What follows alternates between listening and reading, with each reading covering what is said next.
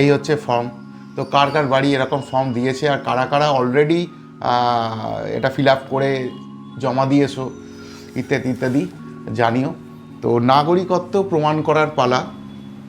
তো এটা উচিত কি অনুচিত এই নিয়ে কোনো কথা আমি বলবো না, এটা বিতর্কিত বিষয়। তো যেটা আমরা করছি সাধারণ জনগণ হিসাবে, তো সেইটুকুনি তোমাদেরকে বললাম। তোমরাও আশা করি এই ফর্ম পেয়েছো, ফিল আপ করছো। তো তার মধ্যে আবার নানান রকম ব্যাপার। 2002 সালের ভোটার লিস্ট তুলেছিলাম, সেখানে আমার নাম ছিল না। আমার বন্ধুদের একটু গুড মর্নিং জানিয়ে দাও। এদিকে তাকাও, ওরাম করো কেন? সবাই তো হাসবে তোমাকে দেখে। এদিকে তাকাও, এদিকে তাকাও, গুড মর্নিং জানিয়ে দাও।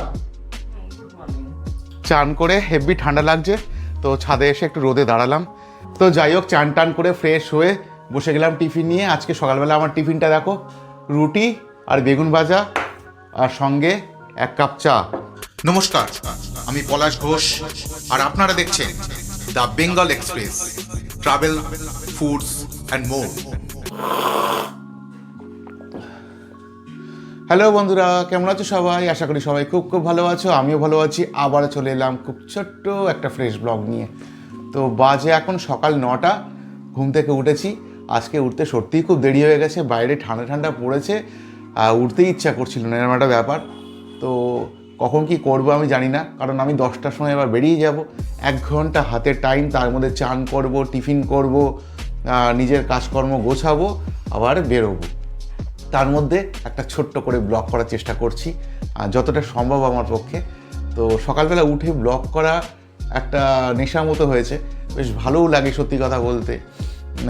আর তোমরা একটু আধটু সাপোর্ট করছো, যার ফলে কি একটু এনার্জি পাচ্ছি। তো নিয়ে বসেছি ওই যে বিশেষ হেলদি ড্রিঙ্কস।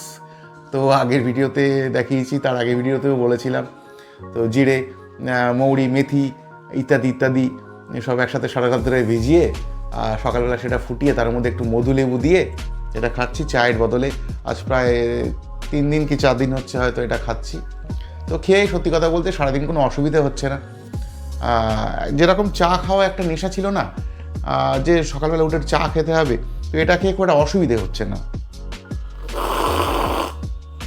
এটাও চায়ের মতো এরকমভাবেই খাচ্ছি, তো যার ফলে কি ওই নেশাটাও মিটে যাচ্ছে, আবার এটা আবার স্বাস্থ্যকর। আর মধুর স্বাদটা না দারুণ, মানে মধু দিচ্ছি বলে পুরো ব্যাপারটার অন্যরকম একটা স্বাদ হয়ে গেছে। তো যাকে যাক, এখন তো SIR চলছে, BLO বাড়ি বাড়ি ফর্ম দিয়ে যাচ্ছে, তো আমারও দিয়ে গেছে। তো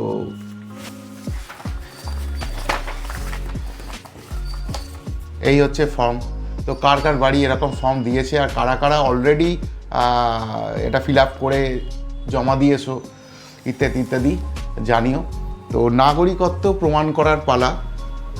তো এটা উচিত কি অনুচিত এই নিয়ে কোনো কথা আমি বলবো না, এটা বিতর্কিত বিষয়। তো যেটা আমরা করছি সাধারণ জনগণ হিসাবে, তো সেইটুকুনি তোমাদেরকে বললাম। তোমরাও আশা করি এই ফর্ম পেয়েছো, ফিল আপ করছো। তো তার মধ্যে আবার নানান রকম ব্যাপার।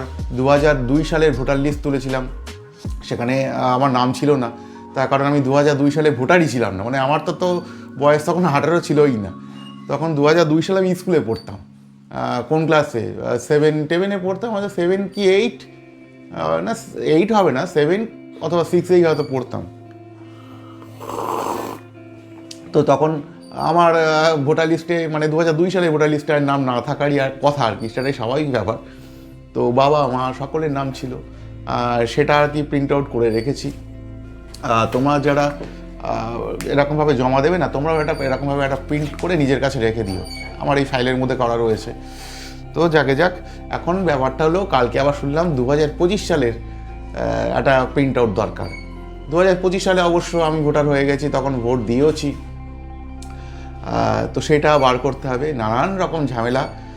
তো কী আর করা যায়, যেটা সরকারের নিয়ম সেটা পালন করতে হবে। আমাকে একা নয়, সেটা সকলকেই পালন করতে হবে। সরকার যা বলবে সেই অনুযায়ী চলতে হবে সাধারণ মানুষকে, এটাই নিয়ম, এটাই চলে আসছে। তো যাকে যাক, এটা খাই, খেয়ে দে তারপরে একটু চান করতে হবে। তার মধ্যে কারেন্ট অফ হয়ে গেছে হঠাৎ করে, জলটা যা ঠান্ডা না, মানে এই অবস্থায় যে কী করে চান করব। মানে আমি গিজার ছেড়ে চান করছি লাস্ট 2 দিন ধরে, আর সারা রাত ধরে ট্যাঙ্কের জল কীরকম ঠান্ডা হয়, যাদের বাড়ি ট্যাঙ্ক আছে, বেশিরভাগের বাড়ি এখন ট্যাঙ্ক আছে, ট্যাঙ্ক নেই এরকম বাড়ি খুব কমই আছে, তো সবাই এই ব্যাপারটা জানো।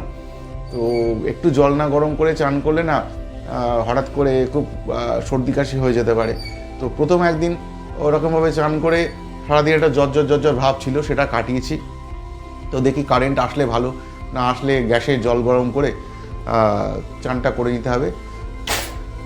তো এই যে রুটি হচ্ছে, আর পাশে আমি এই জল গরম বসিয়েছি চান করবো বলে। কে মাও পুজো টুজো করে চলে এসছে। আমার বন্ধুদের একটু গুড মর্নিং জানিয়ে দাও। এদিকে তাকাও, ওরাম করো কেন, সবাই তো হাসবে তোমাকে দেখে। এদিকে তাকাও, এদিকে তাকাও, গুড মর্নিং জানিয়ে দাও। শুনতে পাইনি, একটু জোরে বলো। চান করে হেভি ঠান্ডা লাগছে, তো ছাদে এসে একটু রোদে দাঁড়ালাম। এই প্রথম বোধহয় রোদে দাঁড়াচ্ছি, মানে বেশ ঠান্ডা পড়ে গেছে এটা ফিল হচ্ছে আজকে। তো যাই হোক, চান টান করে ফ্রেশ হয়ে বসে গেলাম টিফিন নিয়ে। আজকে সকালবেলা আমার টিফিনটা দেখো, রুটি আর বেগুন ভাজা আর সঙ্গে 1 কাপ চা।